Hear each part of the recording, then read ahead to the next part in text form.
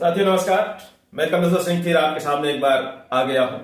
साथियों, आज चर्चा का विषय है जो पदोन्नति की नियुक्तियां थी डीपीएम, डैम, डीसीएम उनके निरस्तीकरण पे।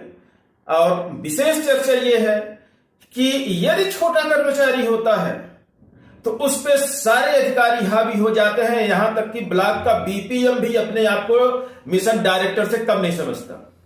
लेकिन जब पद बड़ा होता है तो वहां बड़े अधिकारी किस तरह से उनको बचाने की कोशिश करते हैं, यह चीज आप देखिएगा। हम सारे प्रमाण के साथ आए हैं। यह पेपर आप पढ़िए, यह रीवा जिले का पेपर है। वहां किस तरह से वहां पे जो पदोन्नति के डीपीएम लोग थे उनको किस तरह से बचाव किया जा रहा है कि उनको यहां से कार्य मुक्त ना किया जाए।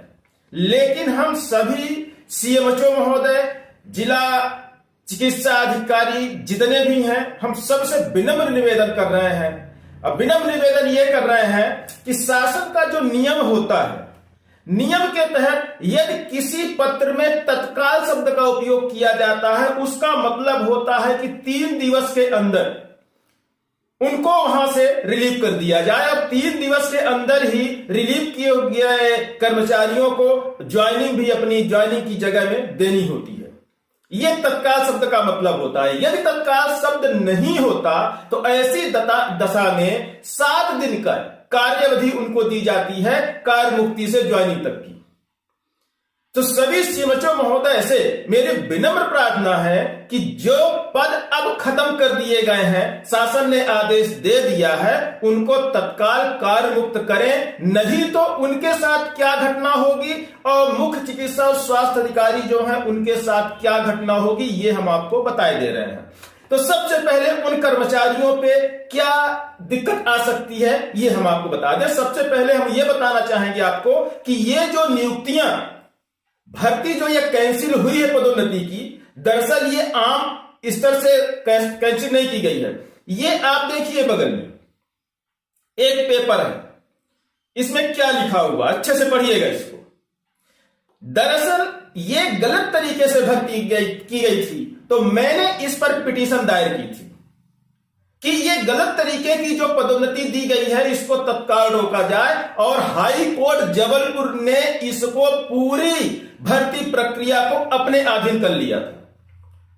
और जबलपुर हाई कोर्ट के अधीन आने के बाद सारी कार्यवाहियां की जा रही हैं, ये जबलपुर हाई कोर्ट के देख रेख में हो रहा है। इसलिए मैं कह रहा हूं कि देखिए, घटना दुर्घटना से सारे लोग बचिए, क्योंकि कोर्ट का डिसीजन आगे क्या होगा कहीं आप भी तो उसके लपेटे में नहीं आ जाएंगे। यदि कोई भी व्यक्ति इसमें किसी भी प्रकार का बाधा बन रहा है कोर्ट के आदेश के तहत की गई कार्यवाहियों में, तो वो कोर्ट का अंग हो सकता है, वो कोर्ट की कार्यवाही के दायरे में आ सकता है। इसलिए मैं आप लोगों से विनम्र निवेदन कर रहा हूं कि आप सारे सीएमएचओ महोदय जितने भी हैं इनको तत्काल, वैसे तो इनकी जो तत्काल शब्द आदेश में जारी हुआ था कि अपने मूल पदस्थापना पे ज्वाइन करें, उसकी अवधि खत्म हो चुकी है। 7 तारीख को आदेश जारी हुआ था, तो 7 को यदि आप छोड़ भी दें तो 8, 9, 10 तारीख के अंदर इनको ज्वाइन करना था, लेकिन ये ज्वाइन नहीं किया है। तो ये आज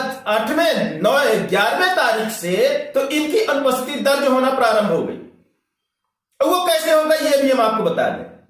यदि ये 3 दिवस के अंदर नहीं किए, तत्काल शब्द का उपयोग करते हुए उस आदेश के पालन नहीं किया इन्हें, उच्च अधिकारियों के, मध्य प्रदेश शासन, एनआरएचएम, राष्ट्रीय स्वास्थ्य मिशन के आदेश का पालन इन्होंने नहीं किया है, तो 3 दिन के बाद इनकी अवधि जो है, भले ही किसी पद पे या अन्य पे कार्य करते रहे, लेकिन इनकी मूल पदस्थापना में भेजने के लिए इनकी एब्सेंट चालू हो गई है।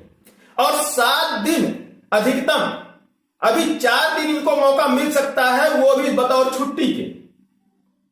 इस अवधि की पेमेंट इनको नहीं दी जाएगी किसी भी हाल में। और यदि कोई भी सीएमएचओ ये लिख के देता है कि ये इस जिले में इस पद पर का प्रभारी के तौर पे कार्य करते रहे हैं, तो इसमें कोर्ट के दायरे में वो सीएमएचओ आ जाएंगे।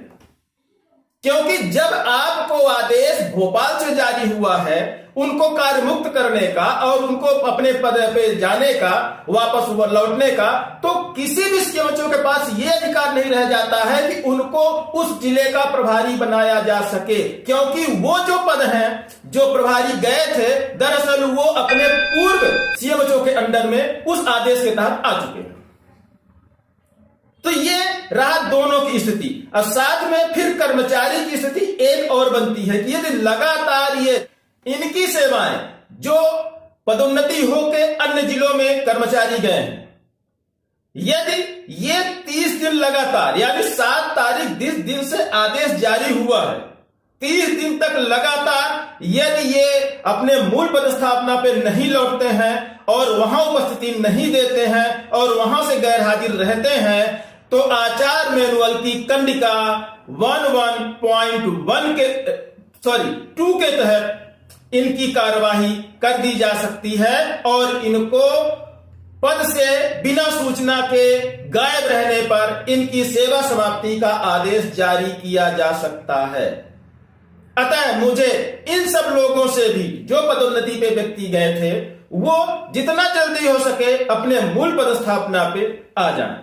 नहीं तो वहां के सीएमओ यदि आदेश जारी करते हैं तो वहां के सीएमओ का कोई दोष नहीं होगा, क्योंकि आप शासन के आदेश का अवहेलना करके आप अन्य पद पर कार्य कर रहे हैं और वहां के सीएमओ को भी उपस्थिति पत्रक देने का अधिकार नहीं है, क्योंकि उनको आदेश दिया गया है कि आप तत्काल इन्हों भेजें और ये मूल पदस्थापना पे जाके अपनी ज्वाइनिंग दें। साथियों, ये चीजें जो हैं अपने को विशेष ध्यान रखनी होती हैं। कानून के दायरे में जब आ जाते हैं आप तो उसका पालन अनिवार्य होता है। मैं चाहूंगा कि जो स्थितियां बनी हैं, जैसी बनी हैं, उसी स्थिति में फिर से मेन ढर्रे पे सारा काम आ जाए। हमें किसी से कोई आपत्ति नहीं है। हमारा उद्देश्य था सिर्फ गलत तरीके की गई भर्तियों को आखिरी अंजाम तक पहुंचाना। हमने पहुंचा दिया है। हमें व्यक्ति विशेष से कोई दोष नहीं है, हमारा व्यक्ति विशेष से कोई विरोध नहीं है। हम किसी के विरोध में नहीं गए, हम सिर्फ शासन की नीतियों के विरोध में गए और आगे भी शासन की नीतियों के विरोध में ही हम काम करेंगे। हमें व्यक्ति विशेष से कोई लेना देना नहीं। लेकिन चूंकि यहां जो आदेश है, आदेश की स्थिति क्या है और क्या करना चाहिए, क्या नहीं करना चाहिए, किस चीज के करने से क्या परिणाम हो सकते हैं, ये सारी जानकारी हमने आपको बता दी। क्योंकि ये सारे आदेश कोर्ट के अधीन चल रहे हैं, इसलिए इनका पालन करना बहुत ही अनिवार्य और सही तरीके से पालन करना बहुत जरूरी है। साथियों, आप सबसे मुझे सारे सीएमओ महोदय से भी विनम्र प्रार्थना करेंगे जिनके अंडर में ये सारे पदोन्नति के कर्मचारी लोग काम कर रहे हैं। साथ में कर्मचारी लोगों के साथ भी मेरी विशेष सहानुभूति है कि वो अपने पद पर लौट जाएं। कहीं ऐसा ना हो कि ये आदेश का उपयोग मुझे हाई कोर्ट में करना पड़े और फिर आपकी पद समाप्ति की बात आने लगे, क्योंकि 30 दिन तक यदि आप अपने मूल पदस्थापना पर ज्वाइन नहीं करते तो मुझे आपत्ति लेना अनिवार्य हो जाएगा, क्योंकि आप शासन के आदेश और कोर्ट के आदेश दोनों का पालन नहीं करेंगे और ये आदेश उठा के हमें कोर्ट में देना पड़ेगा। कितने लोग यहां पर थे और ये लोग अपने मूल पदस्थापना पे ज्वाइन नहीं किए हैं और इनकी समय अवधि जो है इनके मैनुअल के तहत जो है वो 30 दिन गुजर चुकी है। अतः अब इनकी सेवा समाप्ति की कार्यवाही कोर्ट के माध्यम से की जाए। साथियों, मैं सुझाव दे रहा हूं, मुझे सुझाव देने का अधिकार है, मैं किसी को धमकी नहीं दे सकता। तो साथियों, मेरा सहयोग करिए और शासन के बनाए नियमों का पालन करिए। बस इन्हीं शब्दों के साथ आपसे विदा लेते हैं। साथियों, नमस्कार।